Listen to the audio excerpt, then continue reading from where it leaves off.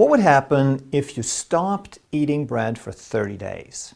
There's Ezekiel bread, white bread, wheat bread, whole grain bread, sprouted bread, sourdough bread. And you've probably heard that some of these breads are considered junk food, but you've also heard that some are supposed to be health foods. So how does that really work? Let's talk about bread. First of all, bread is about 80% of the weight is starch. And starch is a polysaccharide, meaning many sugars. So if you take individual glucose molecules and you string them together in chains and branches, hundreds and thousands, then it becomes a starch, a polysaccharide. And this is what a lot of people refer to as a complex carbohydrate. So they tell you individual sugars are bad for you, but complex carbs are good. Well, the problem is that within seconds, you start breaking off some of these individual glucose molecules, and they quickly get into the bloodstream, and that glucose is the same as sugar, which raises your blood sugar, and that blood glucose is going to spike insulin. So not all of this starch is going to be broken down quickly, but the process to raise blood sugar and insulin starts instantly. And therefore, if you were to cut out bread for 30 days, you would see some blood sugar, some glycemic benefits. You would lower blood glucose, you would lower your A1C. Even though that's a 3 to 4 month average, within 30 days you would start seeing some benefits, some changes in that number. You'd see a lower fasting insulin, and based on glucose and insulin, we can compute your HOMA-IR, which is a measure of your insulin resistance, and you would also probably see that that number starts coming down. Now, bread is not the only thing that will do this, but if you are more on the diabetic end of the spectrum and you cut out the bread, you would probably start seeing your values, your blood values start moving more into a healthy range. A lot of people have trouble with gas. So where does that come from? Well, it's made by bacteria in your digestive tract. But in order for them to make gas, you have to feed them. And they love all kinds of different carbohydrates, not just bread and sugar, but all sorts of carbohydrate. So the way this works is that glucose is absorbed rather quickly, but complex carbs are absorbed slower. So when you eat something, it first ends up in your stomach. That's number one. It sits there for a while, and the glucose, the individual glucose, some of it starts getting absorbed already in the stomach. But most of it and all of the complex carbs are going to continue down into the small intestine. That's number two.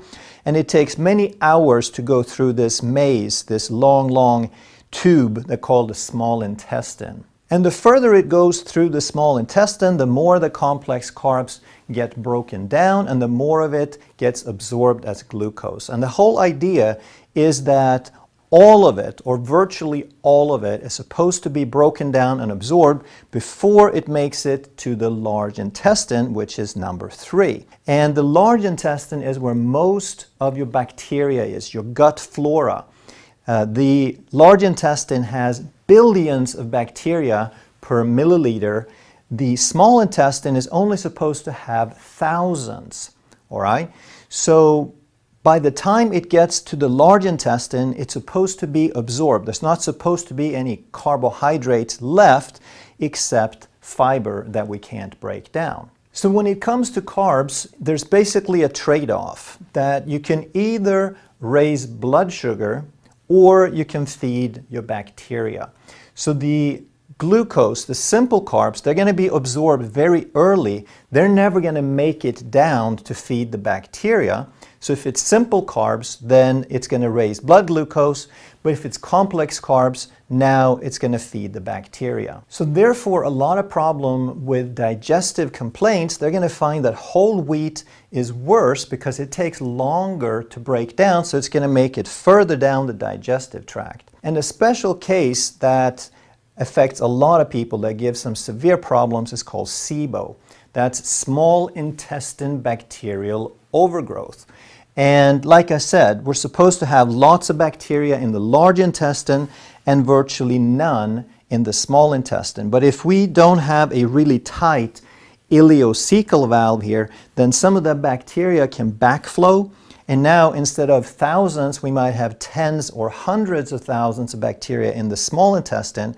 And now there is a whole lot of carbohydrates that aren't fully absorbed that they get to munch on, and they produce a lot of gas. Now, if you truly have SIBO, then you probably have to cut out a lot more stuff than just bread.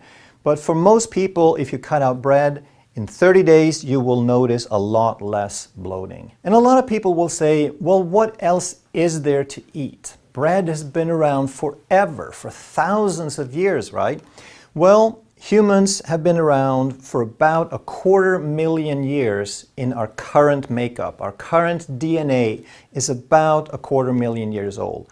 And during that time, we had hunter-gatherer DNA, because most of our lifestyle during that time was hunting and gathering. So whatever those people did, whatever your ancestors did, is what your DNA is still designed to do. And it's not that they didn't have any grains at all, but there were only a couple of species of grain, and they didn't eat a whole lot of it. They didn't cultivate it, they didn't grow it. They might stumble across a few grains here and there, and they might put them in a soup or eat them the way they were, but we did not eat a whole lot of grains. But that changed about 10,000 years ago. So on this big long spectrum, 10,000 years is this red area. And that's how long we've had agriculture. We've been cultivating and growing it on purpose. So if we blow up that little area of 10,000 years to a larger scale, then we can see that's now how long we've had agriculture. But even though we were growing the grains on purpose, there were still only a handful of different grains. There was still just a few species of grains to choose from, and they had been around for a good while. They didn't change very fast. And through the millennia and through the centuries, that didn't really change from the Egyptians to the Romans and so forth until the last 50 years. Now we started hybridizing and changing and playing around with the DNA of those grains, and now we have modern wheat. And we have over 25,000 different types of wheat before we arrived at these modern versions. And if you can see this yellow little line that's just about a pixel wide, that's how long on this 10,000 year scale that we've had that modern wheat. So the point of all that is that even though grains have been around for a long while, we haven't eaten very much grain until we started agriculture, and even then those grains were very, very different from the stuff that we eat today, which is basically an experiment that has lasted a blink of an eye. So now that we have these modern wheats, they are optimized for yield. They have the best yield, they have the best durability, they're resistant to cold and floods and drought, they have the best pest resistance, and they have the best baking properties. They've hybridized, they've developed these to have more gluten and to create more elastic and more fluffy, bouncy bread. What they haven't been concerned about at all is how humans tolerate these grains and how it affects our health. So just because something is relatively new doesn't guarantee that it's bad for us, but it's also not very reassuring, because we know meat and vegetables have been around for 250,000 years. Our DNA knows how to deal with that. With grains, it's kind of a toss-up, and the more we change it, the less likely that we tolerate it well. I'm sure you can agree that the main purpose of eating is to get nutrients. So all these different foods have nutrients, but plant food, and especially grains, also have something called anti-nutrients. That means they contain chemical compounds that prevent us from absorbing the nutrients in the food. One of those is called phytates, and phytates binds very strongly to minerals, and when it's bound to a phytate, we can't absorb it. So it basically blocks that portion of our nutrition. They also contain enzyme inhibitors. So your DNA is coded to produce enzymes that fit specifically into breaking down certain foods. And if we have inhibitors of those enzymes, then we can't break down that food or not break it down completely. And it's primarily protein digestion that's affected. Some of those inhibitors are oxalates, tannins, and gluten. And we'll come back to gluten separately because that's a big one. And another anti-nutrient is lectins, which we'll also cover separately. Gluten has gotten almost all the attention when it comes to the pros and cons of grain and bread, but gluten is really a mixture of hundreds of different proteins, and then we can break those proteins down into two classes of protein, where one group is called glutenin, and it's more like strands, and they provide the elasticity. You can stretch the dough. And the other class is called gliadins, which helps the dough rise, helps the bread rise during baking. And the type and quantity of gliadins and glutenins in wheat is unique, and that's why only wheat can make really fluffy bread, and that's why it's so desirable. And a lot of people now, they would say, well, but I don't have celiac disease. I thought that wheat is just something that celiac people should avoid and that everyone else should eat it as a health food. But it's a little bit more to it than that. There's something called intestinal barrier resistance. So it's not like you have a barrier that's on or off. It's not like a door that you just open or close. It's a gradual thing that goes from like 100% of optimal barrier to 0% where it's basically totally leaky and dysfunctional. And if you have celiac disease, which affects about 1% of the population, then your intestinal barrier is already in pretty bad shape. And anytime that you eat gluten, then it makes it worse. So just a smidgen of gluten is just going to put everything on fire. But then there is the group called non-celiac sensitivity that's getting more and more attention because there's a lot of people who notice that they feel bad. They get symptoms, even though they don't test for celiacs. So what's happening here is these people basically go from okay to bad. So whatever your level is, you're compromising it by eating something that increases the intestinal permeability. So if you go from okay to bad, then you're likely to have some symptoms. And there's about 13% of the population that are reporting symptoms. And that's why so many people stop eating gluten and they notice that they feel better.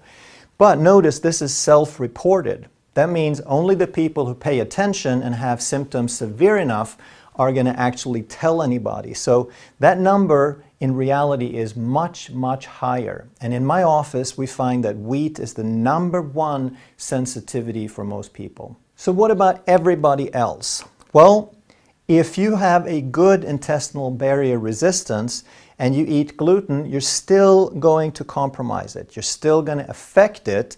Not maybe to the point where you have symptoms, or maybe not to where you're going to notice the symptoms right away, but this is the reason most people will benefit from limiting gluten, whether you notice that it affects you or not. And then there's the class of lectins.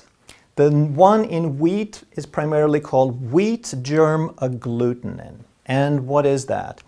It's a very sticky protein that attaches to epithelial cells. And epithelium is a type of cell that makes up barriers or surfaces.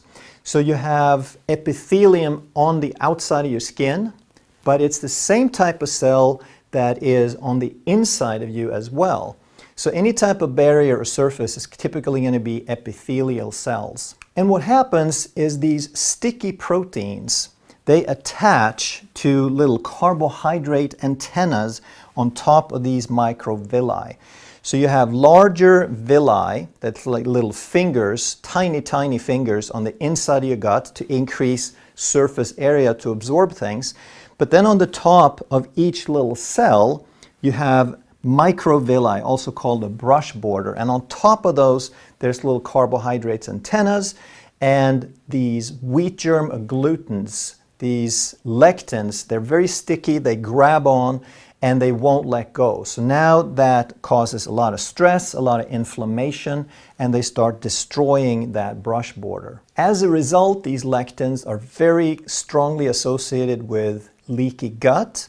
And when you have a leaky gut, your gut lets through particles that are too big that your immune system reacts to, and now you're more prone to autoimmunity. But that's not the only place that you have these epithelial surface cells. You also have them on the inside of blood vessels. And when these agglutinins stick to the blood vessels, now they create the same thing. They increase the permeability, the leakiness, and now some of these small oxidized, damaged LDL particles that I've talked about in some other videos, they can get through these gaps and contribute to cardiovascular disease and to plaquing. But it doesn't even stop there. These lectins also affect your brush border enzymes. So you make enzymes to digest and break down food, and some of these enzymes are cultivated, they're grown in the brush border. But if the lectins attach and compromise the brush border, they're also going to compromise your enzymes, so now you can't digest and absorb food and nutrients as well. But lectins have even been shown to stimulate insulin receptors, which means that they push you toward insulin resistance and lipogenesis, meaning you make more fat and you store more fat. And they can even block leptin, the activity of leptin, which is a satiety hormone. Your fat cells make leptin to tell the body that, hey, you know, we're pretty good here, we don't need any more fat right now. But if you block that leptin, now they don't signal and you don't feel the satiety, so you just keep on eating. So if you reduce bread or cut it out for 30 days, you're going to reduce the phytates, which means you'll be able to absorb minerals better. If you cut out the bread, you'll also avoid lectins and gluten, so you will improve the permeability. Your leaky gut will get better. You will reduce the inflammation in your gut. Therefore, you'll improve the absorption of nutrients in general because your brush border is going to be allowed to regenerate and heal. And then you will also lessen your chances of autoimmunity, of irritable bowel syndrome, and just about any other digestive complaint that you have. Most of them are going to be likely to improve. It's not the only thing that can disturb your gut, but it's one of the absolute most important ones. And furthermore, you will improve your leptin and insulin signaling function. Therefore, you will reduce the tendency or the degree of type 2 diabetes. You will reduce your risk of heart disease. You will probably reduce your blood pressure. And because of leptin signaling better, you'll have less cravings and better satiety. And of course, because of those two, it will also probably result in weight loss. Now, a lot of people will say that, well, we can't give up bread. It's too important. It's a staple. It's shaped the world. It's helped us create the civilization as we know it. And that is true. That for humans to develop the cultures and the type of society that we have, cultivated grain and agriculture was absolutely necessary because it allowed people to not spend all of their time hunting and gathering. Instead, they could specialize. They could delegate the farming to some people, and other people could go ahead and learn things and become teachers and merchants and so forth. And the grain has also helped to feed the masses, which is responsible for having the masses of people that we have on the planet today. But that doesn't mean that we're stuck in that model, because we have a new world. The population growth is slowing down. It's plateauing in the next couple of decades. We have more technology. We have more resources. We have more know-how than we've ever had before. So if we want to, we can create smaller and sustainable farms that don't just rely on grains. We can grow a variety of crops, and we can come back to some of the ancient grains that don't have all of these negative side effects. But then you ask, isn't that going to be more expensive? And yes, anytime that you improve the quality, it will probably increase the cost a little bit, but not as much as most people think. Not if we can develop systems and scale this. And the way you want to think about it is either you spend the money up front on quality food, or you pay later for the consequences. So in the United States right now, we spend 8% of all of our spendable income on food, but we spend more than 20% of all our income on sick care. So we're super cheap about feeding ourselves, so we get really sick and then we pay for all that sick care, but it's not really solving the problem. It's just patching it up and keeping us alive. And if you get your bread from a grocery store, it's probably going to have some additives in it because they love to put things in there like seed oils and trans fats and various forms of chemicals like dough conditioners and emulsifiers and preservatives. And one in particular is potassium bromate that is banned in a lot of countries. So by giving up the bread for 30 days, you will get additional benefits in terms of less toxic burden, and the organs that are going to thank you the most are your liver and your kidney. Now let's dig in a little bit on the stuff that gets really confusing to most people, like the different types of bread. Some supposed to be bad and some supposed to be good. And a lot of people don't even realize that white and wheat is the same thing, it's just processed differently. They're not different types of grain, it's all wheat. Now, if it's white, that means it's processed and they peel off the bran and they take away the germ and they only keep the inside called the endosperm, which is where the starch and the gluten is. If they make a whole grain bread, whole grain wheat, then they use the whole kernel and they grind it all down. But what does that mean in terms of the items that we talked about, the blood sugar, nutrients, etc.? Well, for blood sugar, white and wheat, processed and whole grain is going to be roughly the same. I know that you've heard differently because they're trying to promote the whole grain as healthy, but there's like a 1% difference between the two. It's so slight that they're really the same. When it comes to nutrients, then the white is much worse. It's kind of on the level of processed sugar. It's white sugar, white flour. It's the white trash. It's been processed. They've taken away the things that will spoil. So when they process it, they take away the germ and they take away the bran. So now you don't have any minerals, you don't lose a lot of the vitamins, and you lose the fiber. But then we have to account for the anti-nutrients, the things that prevent you from absorbing the nutrients in there. And now the wheat is worse.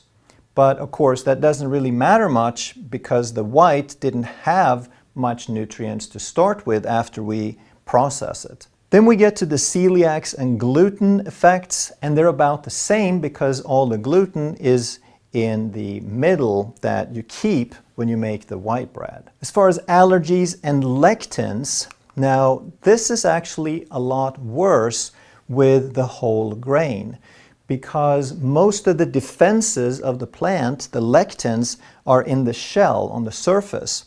And therefore, if you eat the whole grain, there's also going to be more things to be sensitive, more things to be allergic to.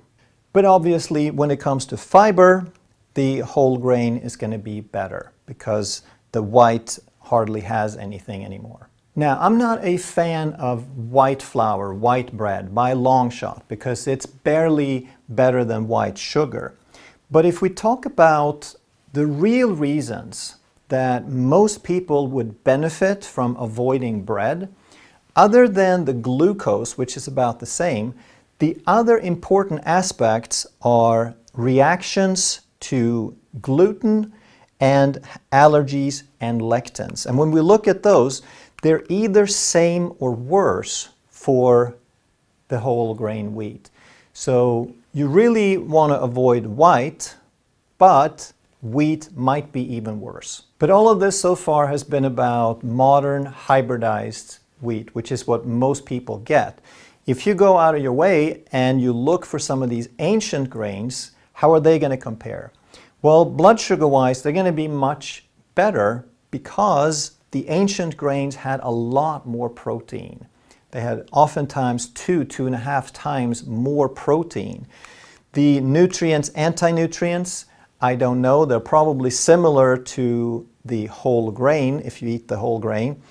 But in terms of celiacs, allergies, and lectins, they're going to be much better because a lot of the gluten in the modern grains were developed on purpose.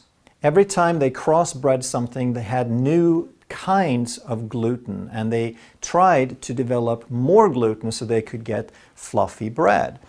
And whenever people have trouble with the modern wheat and they try some of the ancient, I'm not saying that it's a free-for-all, but a lot of people will find that they have no problem with the ancient grains. They have no reactions, even though they can't tolerate regular bread. Now, if you have severe problems, sensitivities, or celiacs to the regular wheat, then you're not going to be able to tolerate ancient grains either. But if you're just a little bit sensitive, then the ancient might be a better way for you and be much better tolerated. And sometimes people say, so I know I can't have bread, but what if it's organic? Well, obviously that makes no difference because all of the factors that we talked about are going to be exactly the same. The difference is that with organic, you're probably getting a little bit less chemicals and pesticides, but everything else is going to be the same. And then there's a very popular version of bread called Ezekiel. And is that really different? Not really. Is it better? Yes, because it's sprouted, and very often they will use ancient grains, not always, but sometimes. But when they sprout it, they will break down some of the starches, they will enhance some of the nutrients with the sprouts, and they'll have less of some of these irritating factors. Some of the lectins will break down as well. But it's not going to be night and day. They're still going to have most of those issues present. And for a certain percentage of people, it's almost impossible to stop bread. It's so hard to kick the habit because it's like a drug. What's going on here? It has to do with exorphins. So your body has all these chemical messengers, like people who run, they get a runner's high from endorphins. Those are morphine-like compounds generated inside the body. But if you add something from the outside that has the same effect, that's called an exorphin from the outside. And the gluten breaks down into smaller pieces called polypeptides, and some of those have been named gluteomorphins because they act as morphine. They cross the blood-brain barrier and then they bind into opiate receptors, into pleasure receptors in the brain. Now, if that seems a little out there, consider the following, that if you have a heroin addict who takes an overdose and ends up in the emergency room, they'll treat him with an antidote called naloxone. And that will block the opiate receptors and the effect of the heroin, so they can hopefully survive. But the same thing happens to these gluteomorphins, that the naloxone will also block the effect of the gluteomorphin, which means that these substances are very related. And the way they tested that was to give this drug to some people at a buffet with lots of bread, and it ended up that these people ate 33% less calories. So now they got super excited and they thought, hey, we got the perfect weight loss drug. And they frantically started researching for something that they could mass market. but not so fast. Why does that work? Because it blocks a natural desire in the body. It blocks our reward pathway. We don't have these receptors randomly. They're there because we're supposed to have desires. We're supposed to have a drive to pursue things. And if we block that reward pathway, we also block the desire to pursue rewards. So the side effect of that drug is that it depresses the mood as well. But I can only imagine that they still would want to put this on the market, and then they would have some directions for usage, and they say, number one, make sure to take your anti-heroin drug with wheat, but don't forget to take your antidepressant along with it. And that's how it usually works in the medical model, that they see something that they can affect, they go in and they push it or block it, and then it puts an imbalance on it, and now they go in and they try to affect that, and then they have to compensate for something else and something else and something else. And the only way the body is going to work in the long run is if it can create its own balance. So what might happen if you cut out the bread for 30 days is a lot of people are going to have some withdrawal. But if you understand this and you understand that the body is designed to find balance and it rewires very quickly, then in just a few days you will actually feel a whole lot better.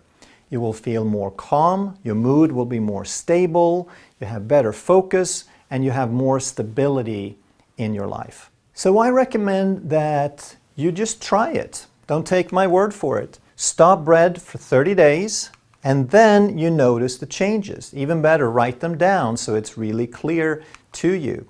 And then after 30 days, now you can choose, do you want to stay off or do you want to try to reintroduce this? Chances are you're not going to have nearly the craving or desire for it, but if you decide to try it again to some degree, then try some of these more ancient ones because they're going to be so much better on your digestive system. So a few of them are einkorn, emmer, spelt, kamut, and rye. And the other recommendation would be that you do it once in a while. Do it as an add-on to your meals. Do not reintroduce it 8 to 11 times per day. If you enjoyed this video, you're going to love that one. And if you truly want to master health by understanding how the body really works, make sure you subscribe, hit that bell, and turn on all the notifications so you never miss a life-saving video.